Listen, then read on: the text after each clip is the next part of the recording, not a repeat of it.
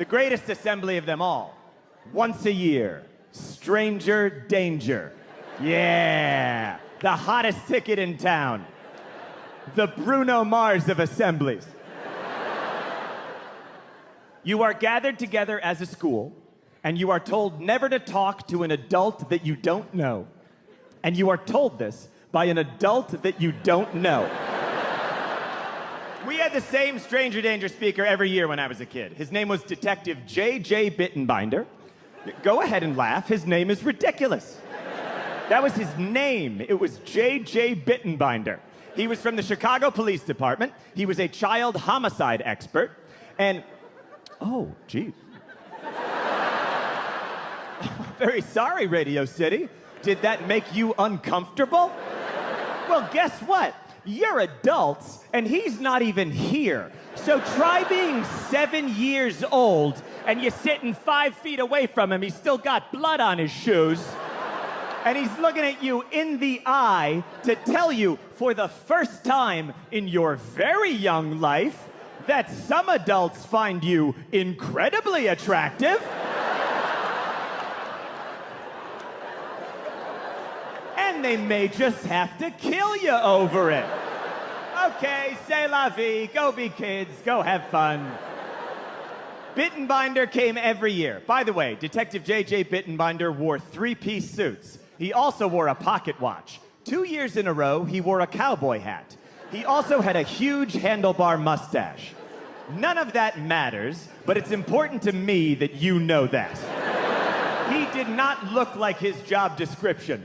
He looked like he should be the conductor on a locomotive powered by confetti, but instead he made his living in murder. He was the weirdest goddamn person I ever saw in my entire life.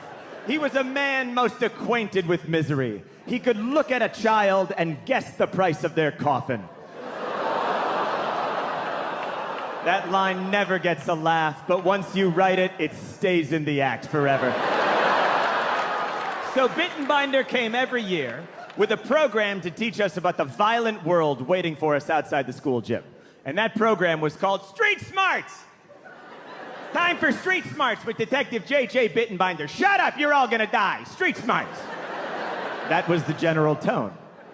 He would give us tips to deal with crime. I will share some of the tips with you this evening. Okay, tip number 1, Street Smarts.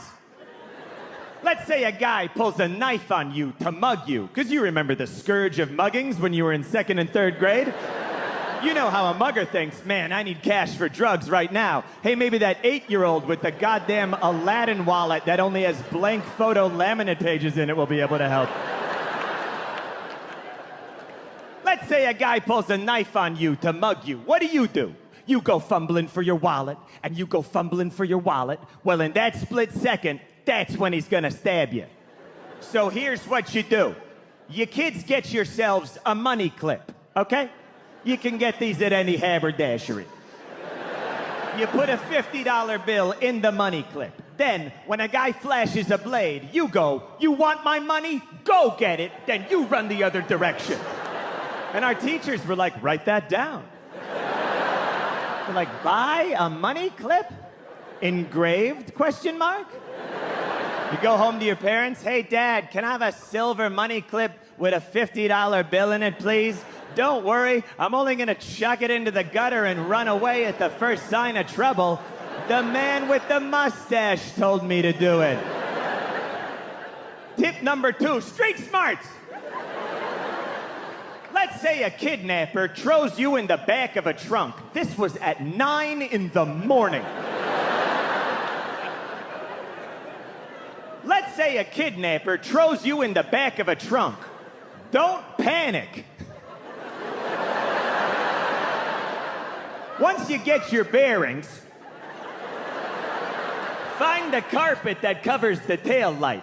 Peel back the carpet, make a fist, punch the tail light out the back of the car, thus creating a hole in the back of the automobile. Then stick your little hand out and wave to oncoming motorists to let them know that something hinky is going on. Can you imagine driving behind that?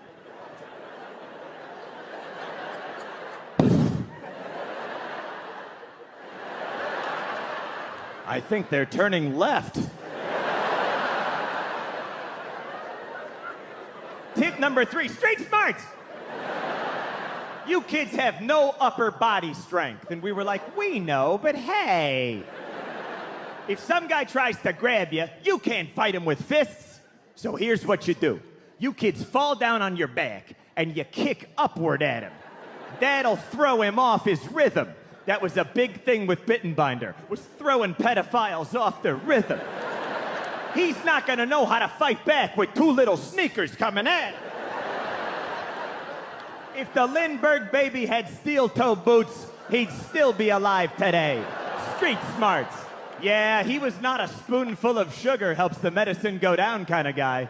He was more like, brush your teeth. Now, boom, orange juice. That's life.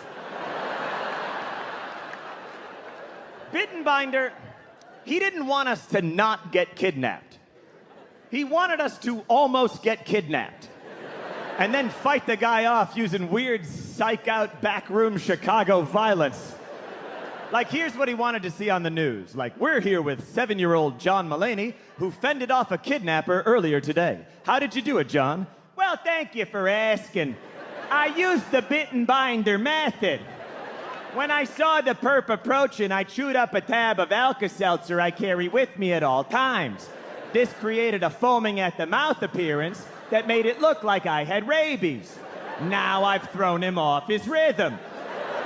Then I reach into his jacket pocket where I had planted a gram of coke and I went, whoa, what the fuck is this?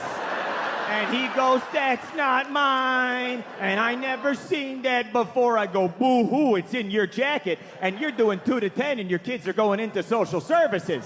Now he's crying.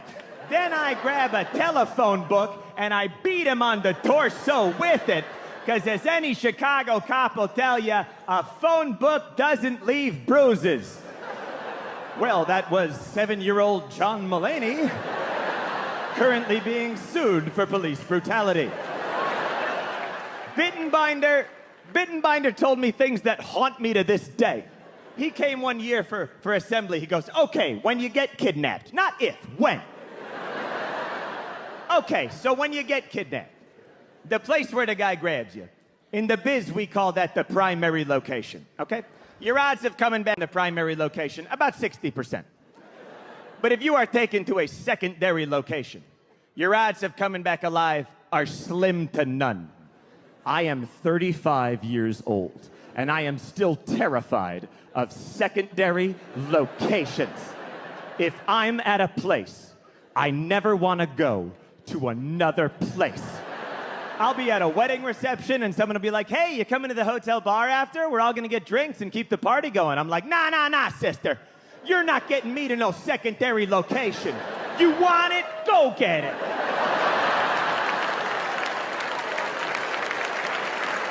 Street smarts. Stay alert out there.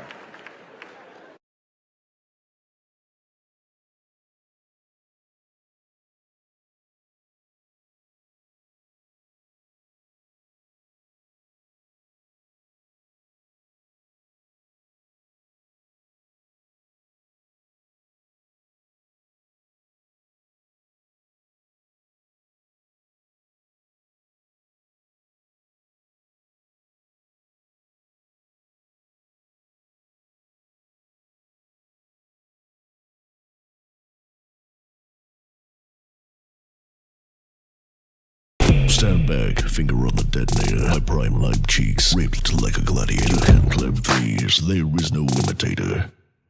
Bitch, I'm your narrator.